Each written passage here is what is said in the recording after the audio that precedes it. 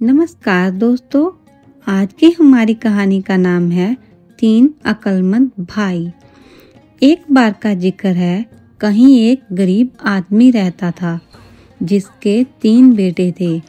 वह अक्सर अपने बेटों से कहता, मेरे बेटों, हमारे पास ना तो भेड़ बकरियां हैं और न ही सोना है, कुछ भी तो नहीं है, इसलिए तुम्हें एक दूसरी ही किस्म का खजाना जमा करना चाहिए, जैसे कि अधिक समझने और जानने की कोशिश करो। कोई भी चीज तुम्हारी नजर से न बच पाए। जैसे बकरियों की जगह पर तुम्हारे पास एक अच्छी पैनी नजर होगी और सोने की जगह पर तुम्हारे पास एक तेज दिमाग होगा। ऐसी दौलत जमा करने पर तुम्हें कभी भी किसी भी चीज की कमी न रहेगी और तुम दूसरों के मुकाबले में 19 नहीं रहोगे। वक्त गुजरा और कुछ समय के बाद बूढ़ा चल बसा। भाई मिल बैठे, उन्हें सारी स्थिति पर विचार किया और फिर बोले, हमारे लिए यहाँ कुछ भी तो करने को नहीं है, आओ घूम फिर कर दुनिया को देखें। जरूरत होने पर हम चारवाहों या खेतों में मजदूरी का काम कर लेंगे। हम कहीं भी क्यों ना हो, भूखे नहीं मरेंगे। अगले ही दिन वो तीनों तैयार होकर सफर पर चल दिए। उन्होंने सुनसान वीरान घाटियां लांगी। उन्होंने ऊंचे ऊंचे पहाड़ों को पार किया। इस तरह वे लगातार 40 दिनों तक चलते रहे। उनके पास जितनी भी खुराक थी, अब वह खत्म हो गई थी। वे थक कर चूर हो गए थे और उनके पैरों में छाले पड़ गए थे। मगर सड़क थी कि जो खत्म होने का नाम ही नहीं ले रही थी।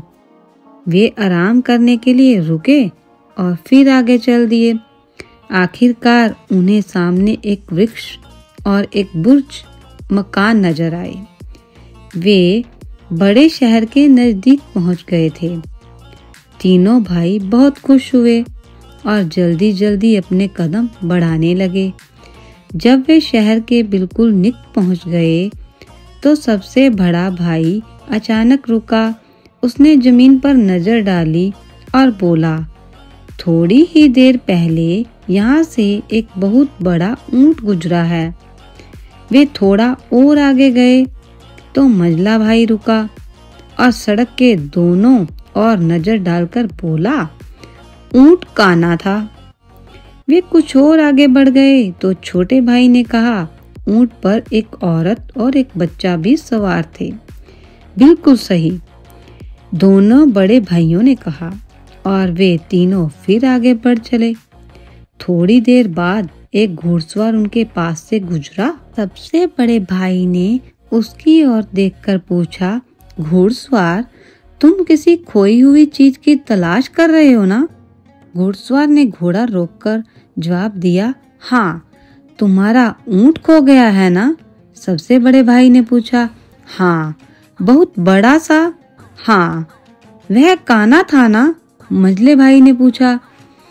एक छोटे से बच्चे के साथ उस पर एक औरत भी सवार थी ना? सबसे छोटे भाई ने सवाल किया। घुड़सवार ने तीनों भाइयों को शक की नजर से देखा और बोला, आहा, तो तुम्हारे पास है मेरा ऊंट। जल्दी बताओ, तुमने उसका क्या किया? हमने तुम्हारे ऊंट की शक्ल तक नहीं देखी, भाइयों ने जवाब दिया। और तुम्हें उसके बारे में सभी बातें कैसे मालूम हुई? क्योंकि हम अपनी आंखों से और दिमाग से काम लेना जानते हैं, भाइयों ने जवाब दिया। जल्दी से उस दिशा में अपना घोड़ा दौड़ाओ, वहां तुम्हें तुम्हारा ऊंट मिल जाएगा। नहीं, ऊंट के मालिक ने जवाब दिया, मैं उस दिशा में नहीं जाऊंगा। मेरा ऊंट तुम्हारे पास है और तुम्हें ही मुझे उसे लौटाना पड़ेगा। हमने तो तुम्हारे ऊंट को देखा तक नहीं, भाइयों ने परेशान होते हुए कहा। मगर घुड़सवार उनकी एक भी सुनने को तैयार नहीं था।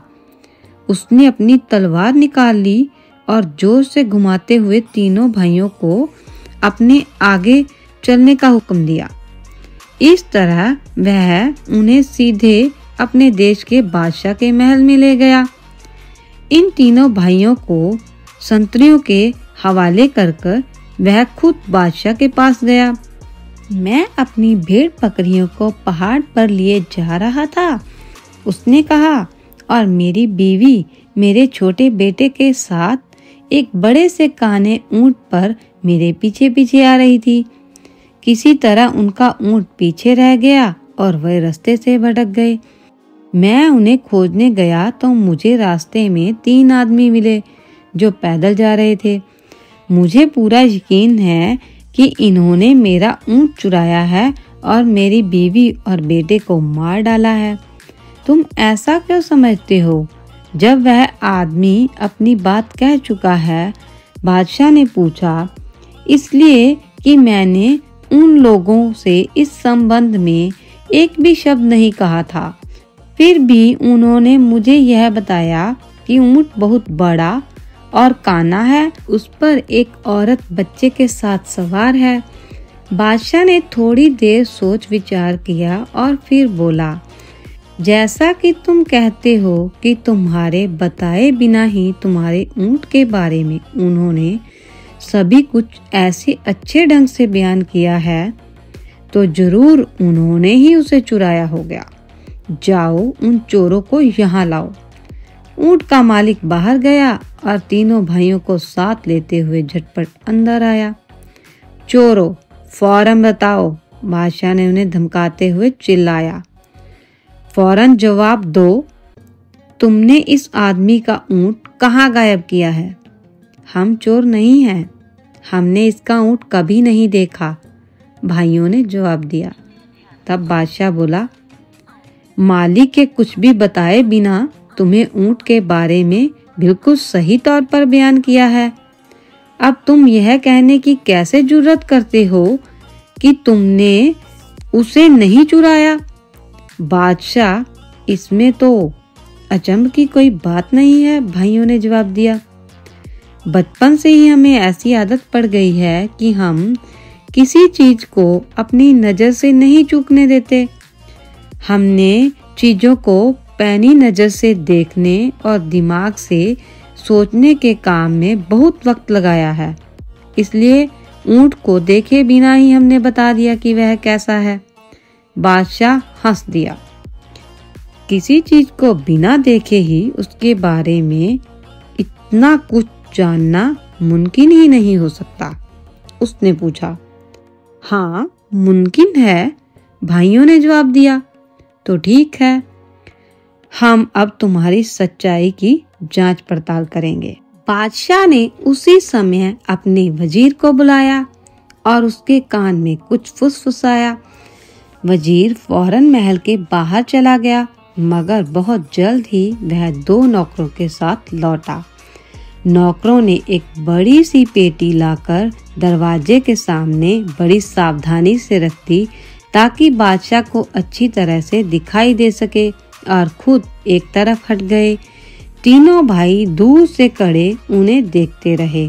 उन्होंने इस बात को गौर से देखा कि पेटी कहाँ से और कैसे लाई गई थी, किस ढंग से फर्श पर रखी गई थी। हाँ तो चोरों, हमें बताओ कि उस पेटी में क्या है, बादशाह ने कहा। बादशाह सलामत, हम तो पहले ही अर्ज कर चुके हैं कि हम चोर नहीं हैं, सबसे बड़े भाई ने कहा। पर यदि आप चाहते हैं तो मैं आपको यह बता सकता हूँ कि उस पेटी में क्या है। उसमें कोई गोल सी चीज है, उसमें अनार है, मझला भाई बोला। हाँ, और वह भी कच्चा है, सबसे छोटे भाई बोला। यह सुनकर बादशाह ने पेटी को नजदीक लाने का हुक्म दिया। नौकरों ने फौरन हुक्म पूरा किया। बादशाह ने नौकरों से पेटी खोलने के लिए कहा। पेटी खुल जाने पर जब उन्होंने उसमें झांका तो उसमें उन्हें एक कच्चा अनार दिखाई दिया, तो उसकी हैरानी की कोई हद ही न रही। आश्चर्यचकित बादशाह ने अनार निकालकर वहां हाजिर सभी लोगों को दिखाया। तब उसने ऊंट के मालिक से कहा, इन लोगों ने यह साबित कर दिया है कि यह चोर नहीं है। वास्तव में ये बहुत ही समझदार लोग हैं। तुम कहीं और जाकर अपने ऊंट की तलाश करो। बादशाह के महल में उस समय हाजिर सभी लोगों की हैरानी का कोई ठिकाना न था, मगर सबसे बढ़कर तो खुद बादशाह हैरान था।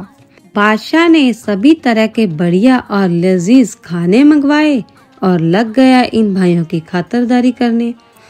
तुम लोग बिल्कुल बेकसूर हो और जहाँ भी जाना चाहो जा सकते हो, मगर जाने से पहले तुम मुझे सारी बात अच्छे से बताओ कि तुम्हें यह कैसे पता चला कि उस आदमी का ऊंट गुम हुआ है, और तुमने यह कैसे जाना कि ऊंट कैसा था।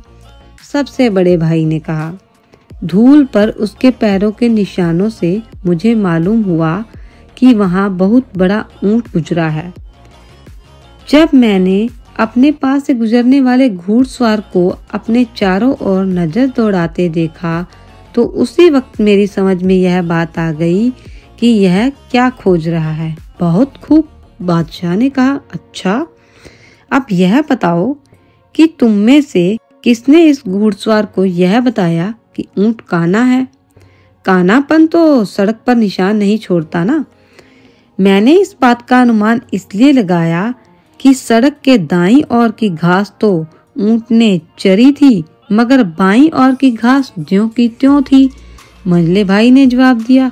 बहुत खूब, बादशाह ने कहा। तुम में से यह अनुमान किसने लगाया था कि उस पर बच्चे के साथ एक औरत भी सवार थी। मैंने, सबसे छोटे भाई ने जवाब दिया। मैंने देखा कि एक जगह पर ऊंट के घुटने टेककर बैठने के निशान बने हुए थे। उसके करीब ही रेत पर एक औरत के जूतों के चिन्ह दिखाई दिए, साथ ही छोटे छोटे पैरों के निशान थे, जिससे मुझे पता चला कि औरत के साथ एक बच्चा भी था। बहुत खूब, तुमने बिल्कुल सही कहा, बादशाह बोला। मगर तुम लोगों को यह कैसे पता चला कि पेटी में एक कच्चा अनार है? यह बात मेरी समझ में बिल्कुल नहीं आ रही। सबसे बड़े भाई ने कहा, जिस तरह दोनों नौकर पेटी को उठाकर लाए थे, उससे बिल्कुल जाहिर हो रहा था कि वह जरा भी भारी नहीं है। जब वो पेटी को फर्श पर टिका रहे थे तो उसके अंदर से मुझे एक गोल सी चीज के लुढ़कने की आवाज सुनाई दी थी। मंझला भाई बोला, मैंने ऐसा अनुमान लगाया क्योंकि पेटी बगीचे की तरफ से लाई गई है, तो उसमें कोई छोटी सी गोल सी चीज जो है वो जरूर अनार ही होगा, कारण कि आपके महल के आसपास बहुत सारे अनारों के पेड़ लगे हुए हैं। बहुत खूब, बादशाह ने कहा। और फिर सबसे छोटे भाई से पूछा, मगर तुम्हें यह कैसे पता चला कि अनार कच्चा है? इस वक्त तक बगीचे के सभी अनार कच्चे हैं, यह तो आप खुद भी देख सकते हैं, उसने जवाब दिया। खुली हुई खिड़की की ओर संकेत किया। बादशाह ने बाहर देखा तो पाया कि बगीचे के लगे हुए अनारों के सभी वृक्ष जो भी थे उन पर कच्चे अनार लटक रहे थे। बादशाह उन भाइयों की असाधारण पैनी नजर और तेज दिमाग से हैरान रह गया। धन दौलत या दुनियावी चीजों के नजरिए से तुम बेशक अमीर नहीं हो, मगर तुम्हारे पास अकल का बहुत बड़ा खजाना है, उसने तारीफ करते हुए कहा।